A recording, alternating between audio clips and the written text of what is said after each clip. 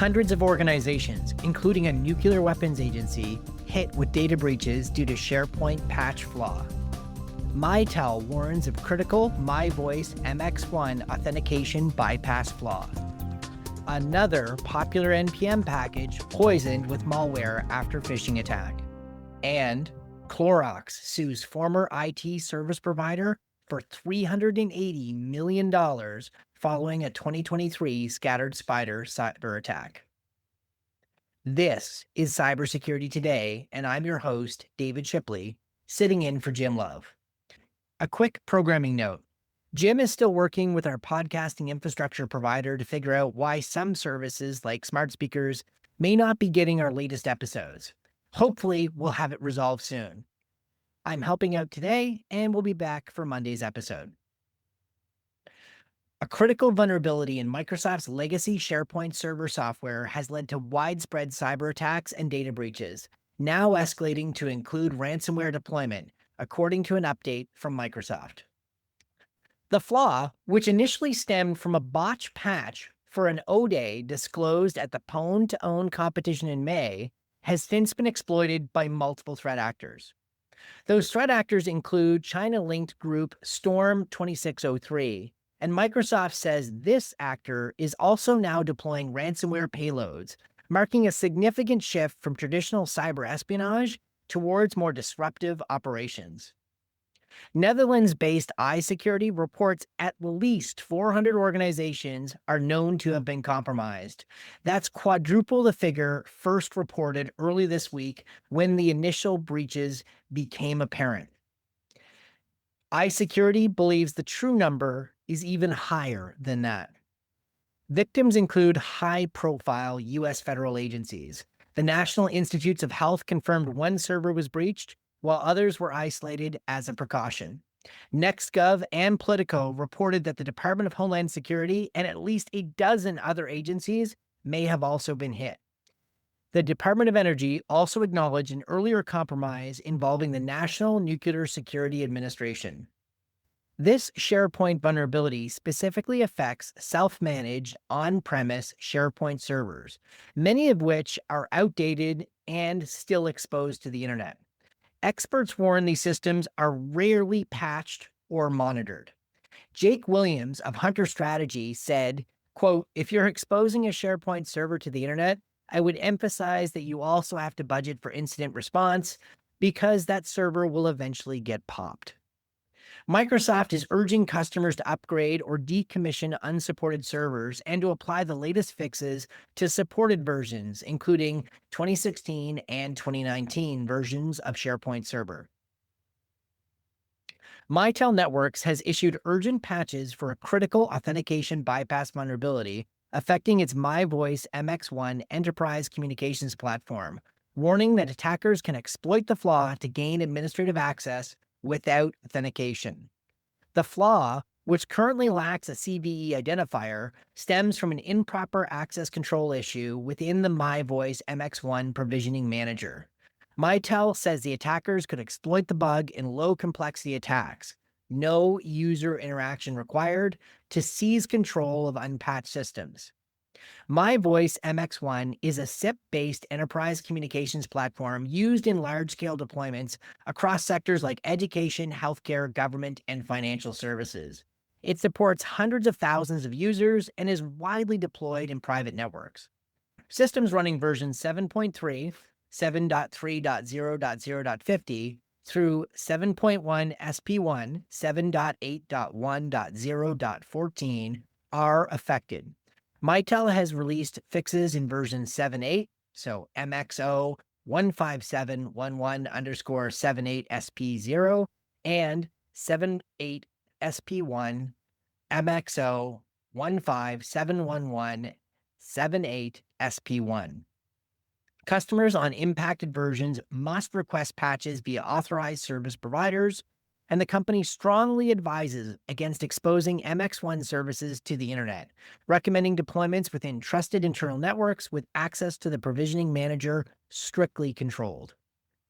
In addition to this news, Mitel also disclosed a high-severity SQL injection vulnerability CVE 2025-52914, in its MyCollab platform that could also allow attackers to execute arbitrary SQL commands on vulnerable devices. While neither flaw is known to be exploited in the wild yet, Mitel products have drawn attention from attackers before. In January, the US Cybersecurity and Infrastructure Agency flagged a MyCollab path traversal vulnerability, CVE 2024-55550, actively used in attacks. That followed the patching of an arbitrary file read zero day, CVE 2024-41713, disclosed by Watchtower Labs. Now, Mitel's platform is used by over 60,000 organizations and 75 million users globally.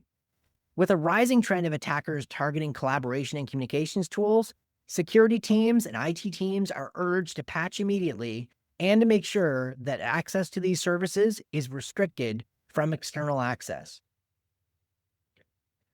Scattered Spider's fallout is starting to hit the nine figures, with a scathing new lawsuit upping the stakes for IT service providers offering help desk services to companies. According to a lawsuit filed by consumer goods giant Clorox, its then IT service provider, Cognizant, reset a corporate user's password and multi-factor authentication credentials without verifying the caller's identity.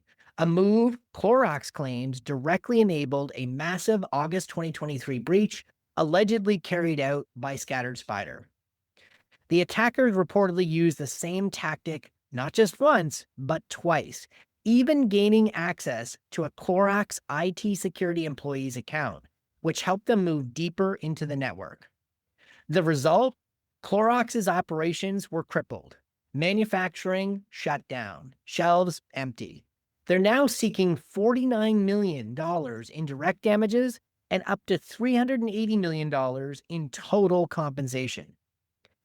The lawsuit alleges that on August 11, 2023, recordings showed that a cybercriminal called Cognizant's service desk multiple times, pretending to be a Clorox representative and requesting a password and multi-factor authentication reset.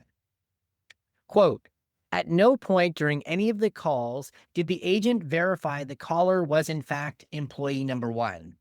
At no point did the agent follow Clorox's credential support procedures, either the pre-2023 procedure or the January 2023 update, before changing the password for the cybercriminal. The agent further reset employee one's MFA credentials multiple times without any identity verification at all. And at no point did the agent send the required emails to the employee or the employee's manager to alert them of the password reset," Clorox claims in its complaint. Cognizant issued a scathing response to Bleeping Computer to the lawsuit on Thursday. Quote, "It is shocking that a corporation the size of Clorox had such an inept internal cybersecurity system to mitigate this attack. Clorox has tried to blame us for these failures, but the reality is that Clorox hired Cognizant for a narrow scope of help desk services, which Cognizant reasonably performed. Cognizant did not manage cybersecurity for Clorox," end quote. None of these claims have been proven in court. A few things to note. This lawsuit, alongside the ongoing Delta Airlines versus CrowdStrike lawsuit, will have massive impacts on IT service and solution provider risk. Stay tuned. Secondly, help desk processes have to be hardened. If your frontline support staff aren't properly educated and trained, or worse, if they ignore basic verification steps, you are one call away from chaos. The lesson for organizations here is simple. Your help desk is your front line. Harden it, train it, audit it. And don't assume third-party providers are following your procedures unless you verify regularly. You don't need to spend millions of dollars to fix this, and you don't need a fancy new vendor silver bullet AI-powered blinky box solution. But ignoring this could cost you hundreds of millions of dollars. Yet another day, yet another breach tied to the successful phishing attack on a popular maintainer for NPM packages. On July 19, 2025, the popular NPM package is, which is downloaded more than 2.8 million times a week, was also found compromised. Malicious code was slipped into versions 3.3.1 through 5.0.0 after a phishing campaign hijacked the maintainer's credentials. The attackers then published malware-laced updates and went unnoticed for nearly 6 hours. This wasn't an isolated hit. Other widely used packages like ESLint Config Prettier, ESLint Plugin Prettier, and SyncKit were also affected, all tied to the same phishing domain, npnjs.com. We reported on Monday on the attack on ESLint. That particular plugin is downloaded more than 3 million times weekly.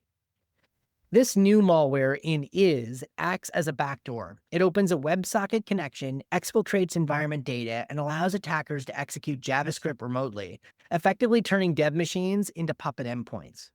In other packages, researchers found a Windows-based info stealer dubbed Scavenger, capable of extracting browser-stored credentials while using techniques to dodge extraction. And watch out, the extraction of developer or IT admin credentials. This is what burned popular password manager LastPass years ago. Be careful. If this feels familiar, it should. Supply chain attacks on open source projects are a standard and growing threat vector. Now, here's what developers and teams should be thinking about right now. Stop auto updates for any of the affected packages. Revert to known safe versions that were before July 18th, 2025. Rotating passwords and revoking compromised tokens. Lock dependencies with lock files, and audit your environment. Assume compromise if you pulled the affected versions. And for maintainers, enable MFA, monitor your packages, and don't sleep on phishing protection. Now, one thing I want to say, do what the maintainer behind IS and ESLint has done. When a mistake happens, tell people about it as soon as possible. Don't hide it. As always, stay skeptical and stay patched. And if you're running SharePoint on-prem unpatched, may the force be with you. We're always interested in your opinion, and you can contact us at editorial@technewsday.ca or leave a comment under the YouTube video.